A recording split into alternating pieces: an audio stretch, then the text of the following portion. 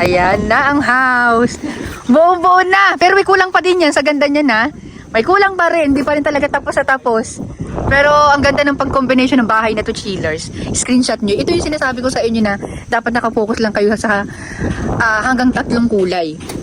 Tingnan nyo, ang ganda. Ang aliwalas, hindi sobrang ma-detail, saktong-sakto lang. Ayan, ito yung mga dala namin. Andito nga po pala kami ngayon sa Indang, Cavite. Ang dami kong jacket, hindi man lang ako nakapagdala ni isa. Nalimutan ko na January pa lang pala ngayon. Hanggang February, malamig dito. Ay! Kaya yan, ito, hindi lang pumula yung jacket ni Nick. Siya magtiis.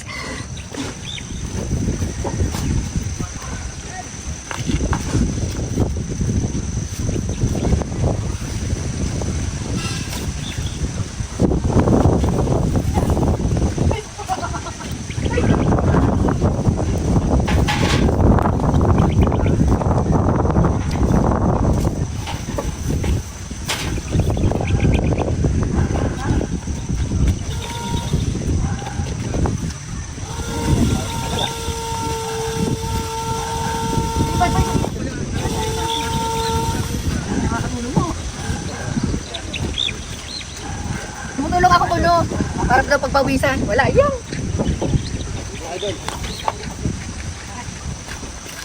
Ano?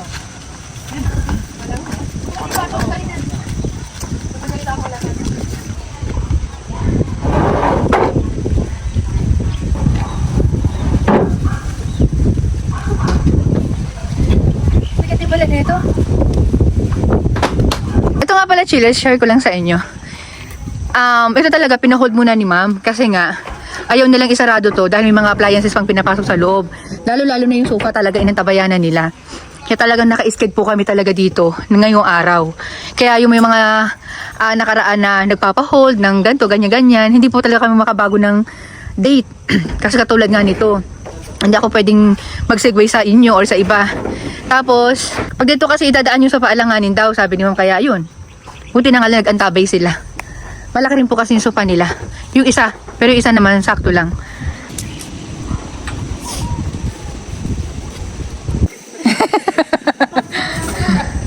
Linis na naman ang loob. Ayan, kaya hindi na pala ako chillers nagsama ng tao para may nagagawa sila doon. Dahil may mga tao naman dito, kinausap ko si ma'am na kung may pwedeng pagtulong sa kanila. So, pwede naman, kaya yan.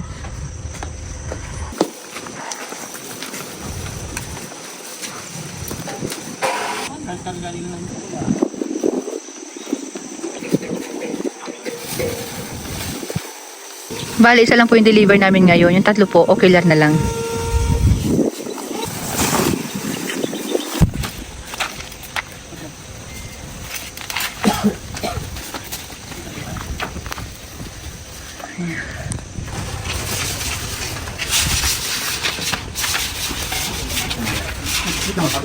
Ito.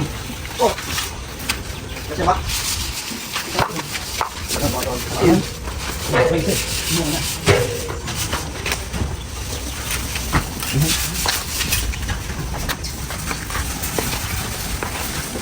Ganda. Tug na ako ayun. Ayan.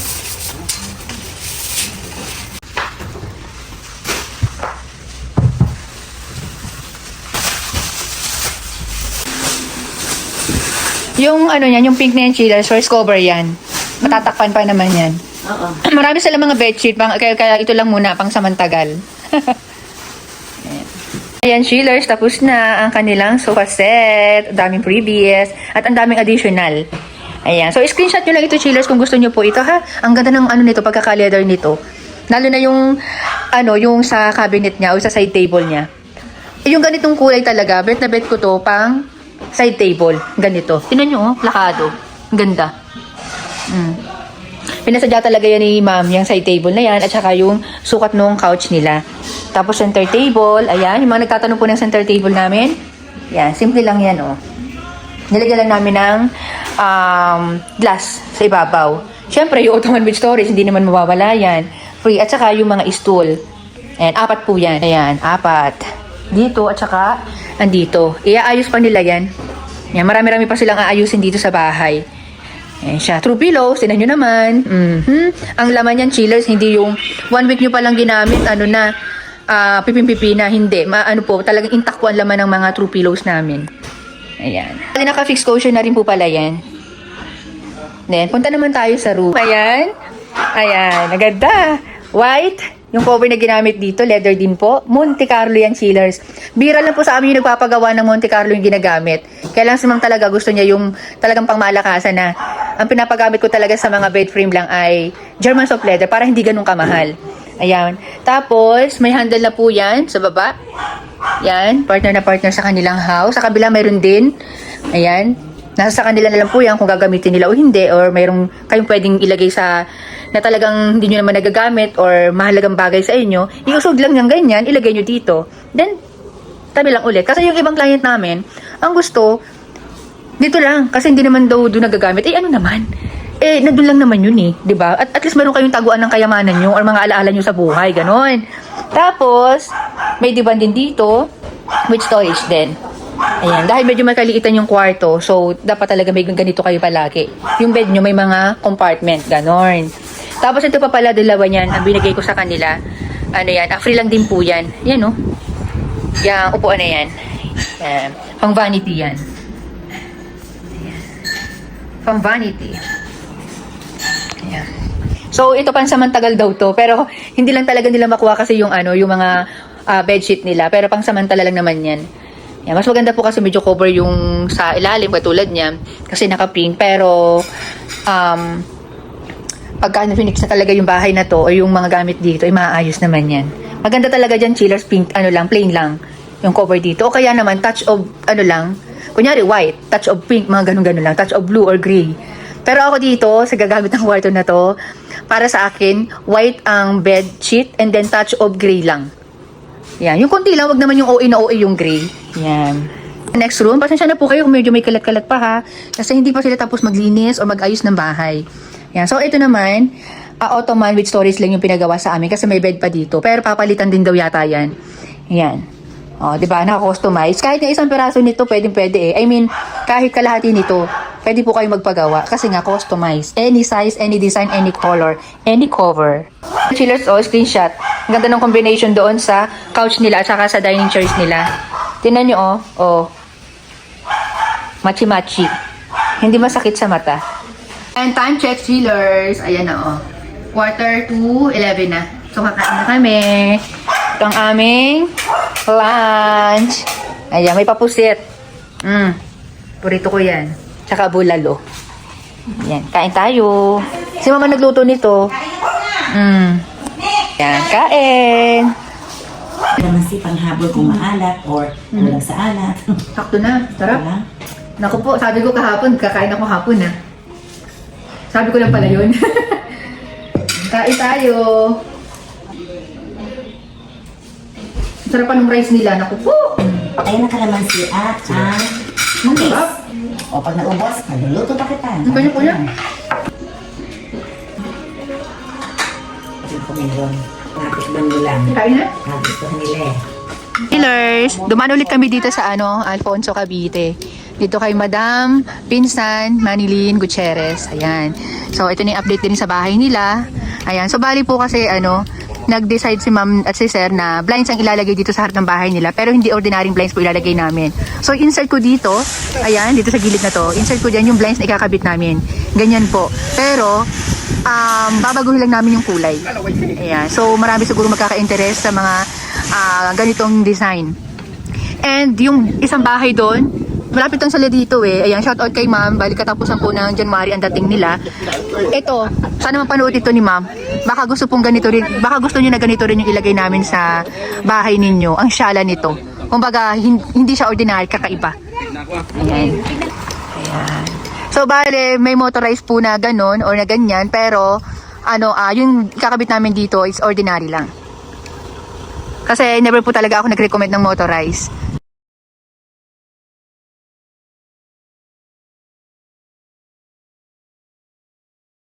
Diyan na! Habang kami nagtatrabaho, may pagkain kami dito. Habang inayos yung bahay na yan, kala nyo. Nan! Wala man akong pagkain. Nasaan ang baby mo? May tama ka sa liig. Dilaw na pusa dito. Alam mo lahat ng dilaw na pusa talaga. Nakapakaiyak. Yun.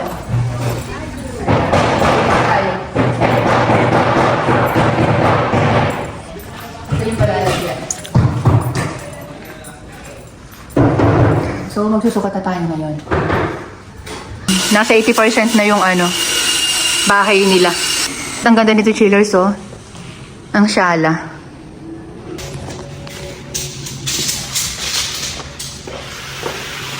Kapag nalagyan to ng ilaw, or nabuksan ng ilaw, ang ganda niyan.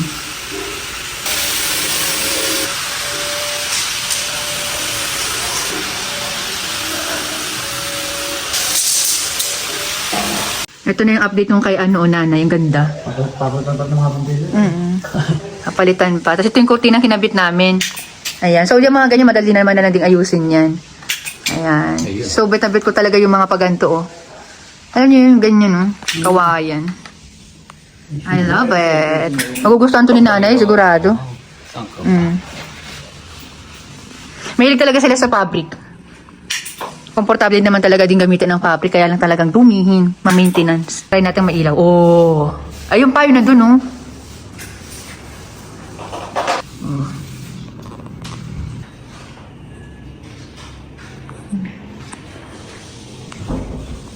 Tayo dito sa kwarto ni nanay. Ayan, o. Kasi ito nagagawa pa. Tingnan nyo naman, napaka arte. Arte-arte niyan, o. Diba? Ang ganda. Lalo yung master's bedroom, ganda din. Pagka, na lang, chillers, papayag sila, i-house tour ko kayo dito. Ayan, may kita rin to ni, ni Madam Dali. Ma'am Dali. Nandyan lang sa may Alfonso din yan eh. Diyan. Basta marami na ako naging client dito na ganito kalalaki yung bahay. Talaga yung details ng bahay, Diyos ko, maloloka kayo. Ganda, oh. Silipin natin yung, ay, nako, namamaha talaga ako. Ganda. Di ba, kuya, kahit pagod ka mo, gumawa ka maganda dyan. Ganon. Tingnan nyo, ilang taon yung kwarto dito? Hindi, I mean, ilang taon? 82 ba si nanay? Basta may edad na, pero tignan mo, arte.